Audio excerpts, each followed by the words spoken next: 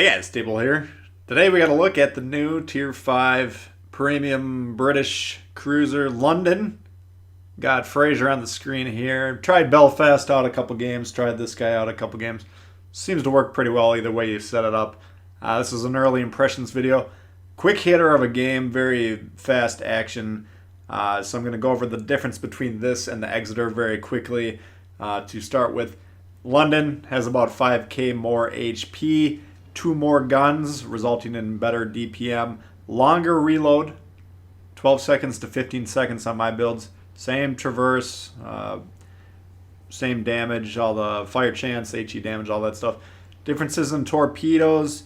The Exeter reloads about 35 seconds quicker, give or take. More damage, more range, faster in the water.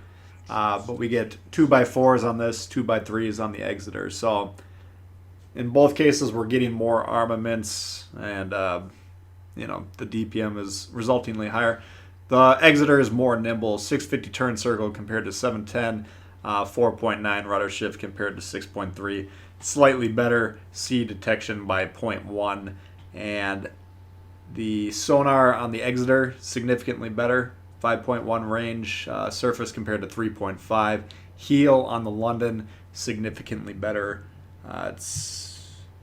Looks like 553 per second compared to 147. Now the other one, the Exeter's last a little bit longer, but overall it's a stronger heel.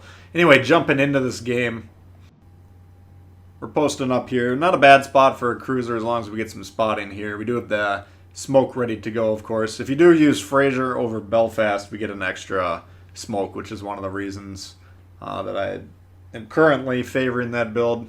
Traditionally, I've been using Belfast on any of the British cruisers that have HE, just so I can really spec for that without having to switch the builds around every time. But when I was playing Exeter the other day, trying to get that video done for the Pick a Premium, I tried Fraser out on that. Liked it. Same thing with the London.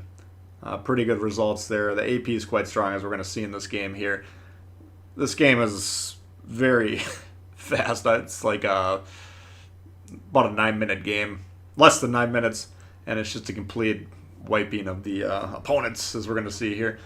A little slow to develop. That's all right. We're basically, waiting for them to kind of expose themselves here. Do have the cruiser that's kind of rushing forward.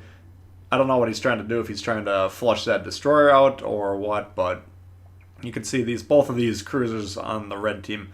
Look on the map, they're both broadside, and we begin to unleash the AP. You can see we're angled there even though we're going to deploy the smoke. Usually if you can angle while you're in the smoke, you're going to protect yourself, especially against people that are prone to blind fire.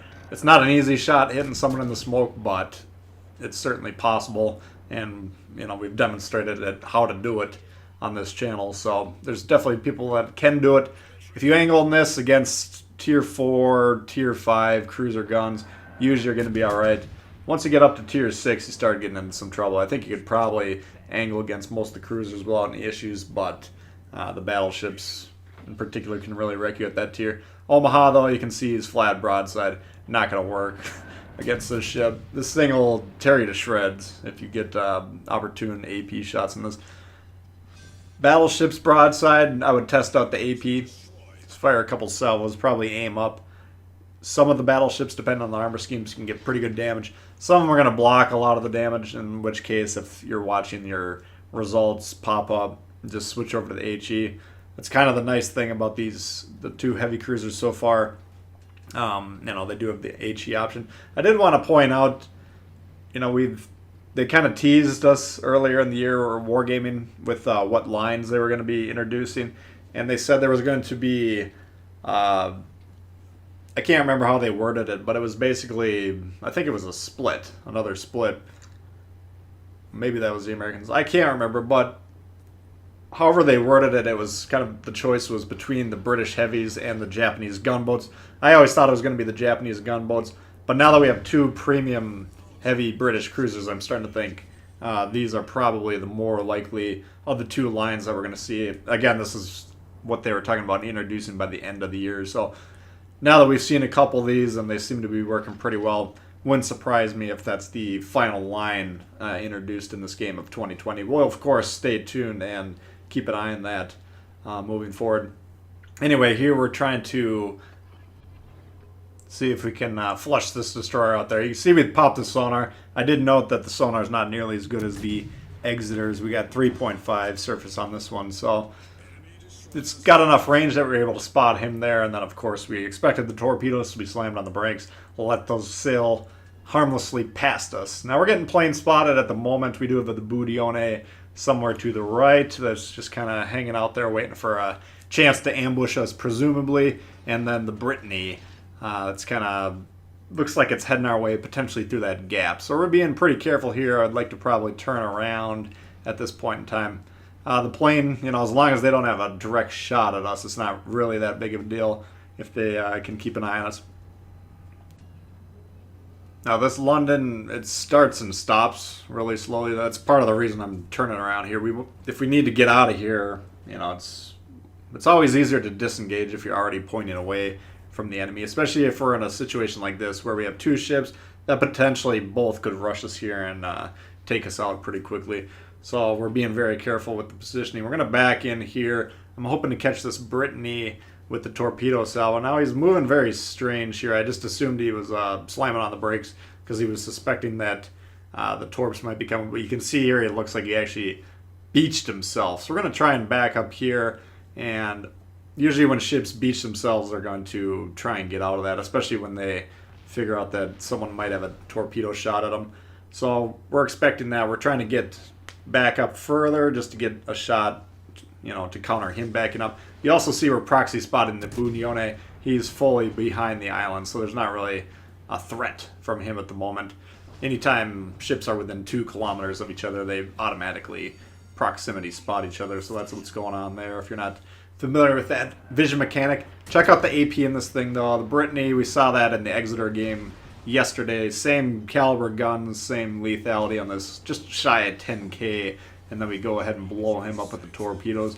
For the high caliber, you can put out some pretty good damage in this ship. I'd say this is harder than the Exeter just because of the mobility, as mobility kind of helps a lot with cruisers, and the Exeter is more mobile. So in my mind, that ship's a little bit easier to play.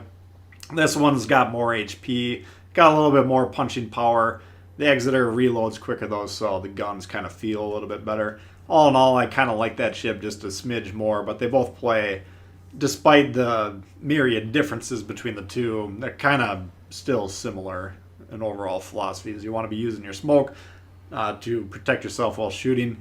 You got to keep an eye on the ranges of how close ships get to you. Once they get within, I think it's 6.1 kilometers of you, then when you fire your guns, you'll be proxy spotted, assuming they have a clear line of sight to you, but for the smoke, in other words, there's not an island. They can't proxy spot you there. Anyway, there was a shot of the Budione. He's finally coming around. We hit the island, but we're going to swing around, get the torpedoes down. He's going to have the similar idea. He launched his torps to us, but we were a little bit quicker, and we're turning in hard. So he's going to hit us with one, but he actually does not kill us with the torpedoes, and we get him going the other direction. So anyway, that's a look at the London for you guys. Hopefully you did enjoy it. If you did, please hit the thumbs up. If you're new to the channel, consider subscribing. Lots of World of Warships coming all the time. Questions, comments, leave them below. Love to hear from you guys, and we'll see y'all later. Peace.